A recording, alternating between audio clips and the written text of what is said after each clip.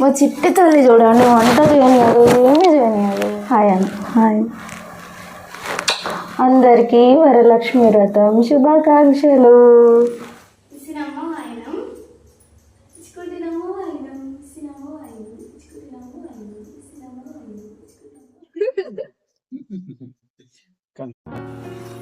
ముందుగా మీ అందరికీ వరలక్ష్మి వ్రతం శుభాకాంక్షలు. శ్రీ మహాలక్ష్మి యొక్క కరుణా కటాక్షాలు ఎప్పుడు మీ మీద ఉండాలని మనస్ఫూర్తిగా కోరుకుంటున్నాను. ఇంకా welcome to my YouTube channel Srilakshmi talks and vlogs.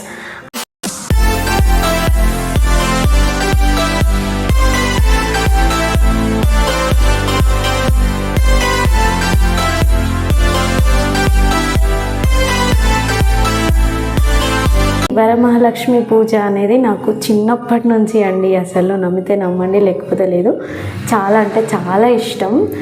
మా ఇంటి పక్కన పార్వతి ఆంటీ అని ఉండేది, తను ఎల్లప్పుడూ ఇలా పూజ చేసుకొని మమ్మల్ని పిలిచేది. అప్పుడు అనుకునేదాన్ని అనమాట నేను, అబ్బా నేను కూడా ఇలా వ్రతం చేసుకోవాలి పెళ్ళి అయ్యాక అని. అంటే పెళ్ళి కాకముందు కూడా కొందరు చేసుకుంటారు, కానీ నేనైతే గత 4 సంవత్సరాల నుంచి పూజ ఇలాగే చేసుకుంటున్నాను. మీ అందరికీ శ్రీ వరమహాలక్ష్మి యొక్క కృపా కటాక్షాలు ఎల్లప్పుడూ ఉండాలని, మీరందరూ సుఖ సంతోషాలతో ఆయు ఆరోగ్యాలతో ఉండాలని మనస్ఫూర్తిగా కోరుకుంటున్నాను. ఎప్పటి నుంచో అనుకుంటున్నానండి, అసలు నా కళ ఇది, వరలక్ష్మి వ్రతాన్ని షూట్ చేయాలని. ఫైనల్లీ అమ్మవారి ఆశీస్సుల వల్ల ఈరోజు అయితే నేను వరమహాలక్ష్మి యొక్క పూజని షూట్ చేస్తున్నాను. ప్రస్తుతానికి ప్రసాదాలు చేస్తున్నాను. ఏమేమి ప్రసాదాలు చేస్తున్నాను అనేది చూపిస్తారండి. జస్ట్ 5 టైప్స్ చేద్దామని అనుకున్నాను ఈసారి, ఎక్కువ కాకుండా. ఒకటి రైస్ పెట్టుకొని పాలు పోసుకొని ఉడకబెట్టుకుంటున్నాను. కొద్దిగా ఆల్మోస్ట్ అయిపోయింది. కొద్దిగా ఉడకగానే ఇందులో బెల్లం వాటర్ వేసుకొని పక్కన పెట్టుకుంటే సరిపోతుంది.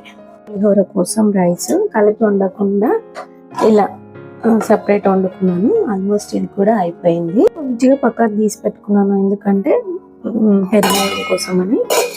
అన్నీ అయిపోయాక చూపిస్తా. అంతా తురిగి పెట్టుకున్నాను. ఇందులో జస్ట్ కొన్ని వాటర్ యాడ్ చేసుకుంటే సరిపోతుంది. వాటర్ యాడ్ చేసుకుని ఈ బాగా మరిగాక అందులో పోసేసుకోవడం అనమాట. కోసం అన్నం అంతా ఇలా ఒక పెద్ద బౌల్లోకి వేసుకున్నాను. ఇది కొంచెం చల్లారాలి. ఆ తర్వాత ఇక్కడ చూడండి, పులిహోర కోసం చింతపండు నానబెట్టుకున్నాను. నెక్స్ట్ ఎగో ఇక్కడ కనిపిస్తున్నా వేసుకొని ఇంకా డ్రై ఫ్రూట్స్ అన్నీ ఇందులో వేసుకున్నాను. ఇది బాగా ఇందాక పక్కన ఉడికించుకొని పక్కన పెట్టుకున్నాం కదా, అదన్నమాట. అయిపోయింది మంచిగా. ఇక దీంట్లో యాడ్ చేసుకోవాలి. అన్నంలో ఉడికించుకున్న అన్నంలో పాలు పోసుకొని కొంచెం ఆగాలన్నమాట. వెంటనే బెల్లం వేసుకుంటే పగిలిపోతుంది కాబట్టి ఇలా ముందు ఉడికించుకొని ఆ తర్వాత ఇప్పుడు బెల్లం మరిగించుకున్నాను కదా, ఇలా చూడండి, ఇలా మరిగించుకొని బెల్లం వాటర్ అంతా ఇలా మరిగించుకొని పక్కన పెట్టుకున్నాను. ఇప్పుడు దీంట్లో యాడ్ చేసుకుంటాను. ఇక్కడ ఇంకొకటి ఏంటంటే, బెల్లం వాటర్ వేయగానే పరమాన్నాన్ని కలిపోతాం. ఒక 2 మినిట్స్ అలా పక్కన పెట్టేసుకోవాలి. చూడండి, ఇది పక్కన పెట్టేస్తున్నాను. బాగుంటుందండి, ట్రై చేయండి. ఇట్లా ముందే పోపు చేసుకొని తర్వాత మరిగించుకోవడం కంటే ముందు మరిగించుకోవాలి. ఇలా మరిగించుకునేటప్పుడు దీంట్లో 1 స్పూను ఇది జీలకర్ర మెంతుల పొడి యాడ్ చేసుకోవాలన్నమాట. కొద్దిగా కరివేపాకు కూడా యాడ్ చేసుకోవాలి. నేను కరివేపాకు తెస్తాను. ఇందులోనే ఈ చింతపండు వాటర్లోనే రుచికి సరిపడా ఉప్పు కూడా యాడ్ చేసుకోవాలి. ఇక్కడనే ఇది బాగా మరగాలండి. ఇందులోనే కరివేపాకు కూడా యాడ్ చేసుకుంటున్నాను నేను. ఇలా మరిగిన తర్వాత ఇప్పుడు పోపు చేసుకోవాలన్నమాట. పోపు చేసుకో కానీ నిజం ఏ మాట కామాట చెప్పుకోవాలి, కానీ ఇలాంటి పూజలు వ్రతాలు చేసుకోవాలంటే పిల్లల్ని చూసుకోవడానికి ఖచ్చితంగా ఒకరు ఉండాలండి. మా అత్తమ్మ లేకపోతే నేనైతే ఏమీ చేసుకోకపోయేదాన్ని. తను ఉండడం నిజంగా నా అదృష్టం అనుకోవాలి. చాలా బాగా చూసుకుంటుంది ఇట్లాంటి పనులు. నేను పూజలు, నోములు, వ్రతాలు ఏమైనా ఉన్నప్పుడు నా పని నేను చేసుకుంటుంటే నా పిల్లల్ని మాత్రం చాలా బాగా చూసుకుంటుంది మా అత్తమ్మ. థ్యాంక్ యూ సో మచ్ అత్తమ్మ. ఇప్పుడు పెరుగన్నం కోసం ముందే కొంచెం ఉడికించుకున్న అన్నాన్ని పక్కన పెట్టుకున్నాను. దాంట్లో పెరుగు కొద్దిగా వేడి చేసిన పాలు యాడ్ చేసుకొని పోపు అయితే చేసుకున్నాను. ప్రతిసారి ఇలా పెరుగన్నంకి, అన్నంకి, ఇంకా పులిహోరకి ఒకేసారి ఉడకబెట్టుకుంటే బెటర్ అనిపిస్తుంది. నెక్స్ట్ అమ్మవారికి శనగపిండి అంటే చాలా ఇష్టం అంట. అందుకోసమని శనగపిండితో నేను మిర్చి చేయడానికి చూస్తున్నాను. జస్ట్ 5 టైప్స్ ప్రసాదాలు అయితే చేస్తున్నాను. మీరు చూడండి, వంట చేయనియారు, ఏమీ చేయనియారు. హాయ్ చెప్పు. Hi mummy. హాయ్ హాయ్ అన్న. హాయ్. అందరికీ వరలక్ష్మి వ్రతం శుభాకాంక్షలు. జలు దేవుడు అంటే చాలా ఇష్టం. అందుకోసమని పిల్లలున్నా ఏమైనా ఎంత ఇబ్బంది అయినా ఖచ్చితంగా చేసుకుంటా. దానికి మా వారు కూడా చాలా బాగా సపోర్ట్ చేస్తారు నన్ను. అదెందుకు ఇదెందుకు అనకుండా అన్ని విషయాల్లో, ప్రతి చిన్న చిన్న విషయాల్లో కూడా ఆయన చాలా కేర్ తీసుకొని చేసుకో అని హెల్ప్ చేస్తారు.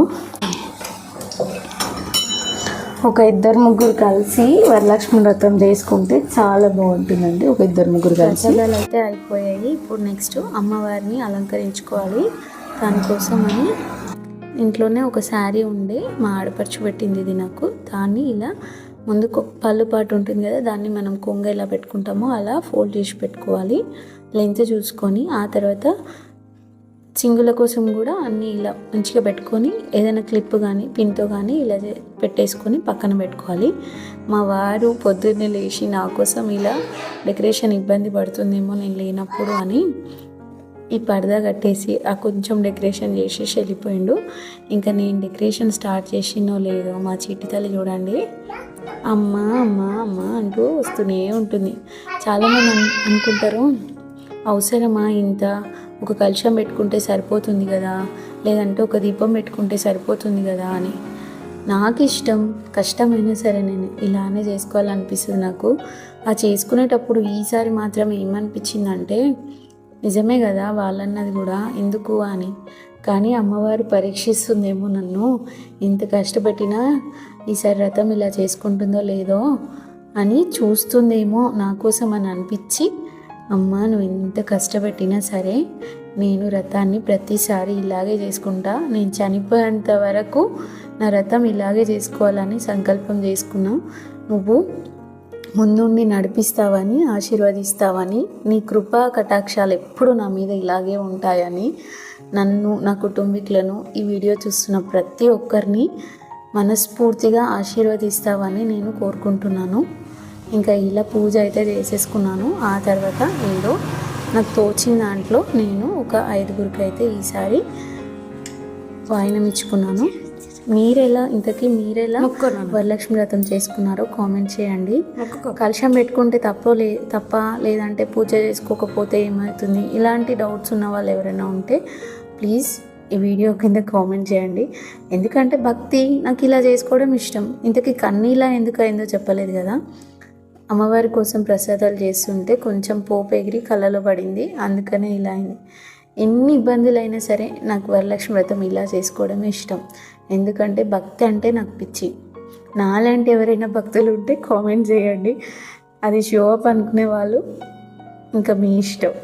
ఇలా చేసుకున్న తర్వాత ఫైనల్లీ మా వారు వచ్చారు. పూజ అంతా అయిపోయాక ఆయనతో నుదుటిన కుంకుమ పెట్టించుకొని ఆయన ఆశీర్వాదం తీసుకొని వరలక్ష్మి వ్రతం దగ్గర పెట్టిన తోరం కడతాం కదా మనం, ఆ తోరం అయితే ఆయనతో కట్టించుకున్నాను. ఇలాంటి వ్రతాలు చేసుకున్నప్పుడు ఇంట్లో చాలా పాజిటివ్ వైబ్రేషన్స్ ఉంటాయి. ఆ వైబ్రేషన్స్ కోసమైనా సరే ఎంత కష్టపడి వ్రతం చేసుకోవచ్చు అని అనిపిస్తుంది నాకు, నిజం చెప్తున్నా.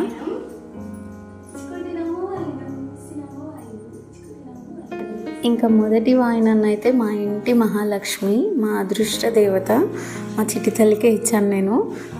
అలా అనుకున్నాను ముందే, మా తల్లికి ఇచ్చిన తర్వాతనే వేరే వాళ్ళకి ఇవ్వాలని. ఇలా సింపుల్గా నాకు తోచినంతలో నేను ఒక 5 మందికి అయితే వాయినాలు ఇచ్చుకున్నాను. వాయినం ఇవ్వడం కూడా చాలా మంచి, ఏదైనా ఇస్తుంటేనే మనకి తిరిగి వస్తుంది అనేది నేను నమ్ముతాను. మనం ఎంత ఇవ్వగలిగితే అంత తిరిగి వస్తుంది అనేది నా ఇంటెన్షన్. రావాలని ఇస్తున్నావా ఏంటి అని కాదు, ఇవ్వాలి ఆచారం కాబట్టి ఇస్తున్నాను. ఇలా పసుపు రాసి అందరికీ ఒక 5 మందికి అయితే ఈసారి వాయినాలు ఇచ్చానని చెప్పాను కదా. మీరు ఎంతమందికి వాయినాలు ఇచ్చారో, మీరు ఎలా సెలబ్రేట్ చేసుకున్నారో కామెంట్ చేయండి. వీడియో నచ్చితే please do subscribe. Thank you for watching.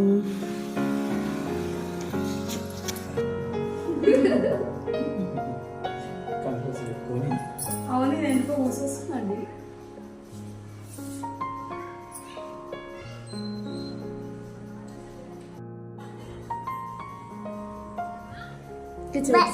కిచోడు మమ్మీకి చూడు పెట్టవా.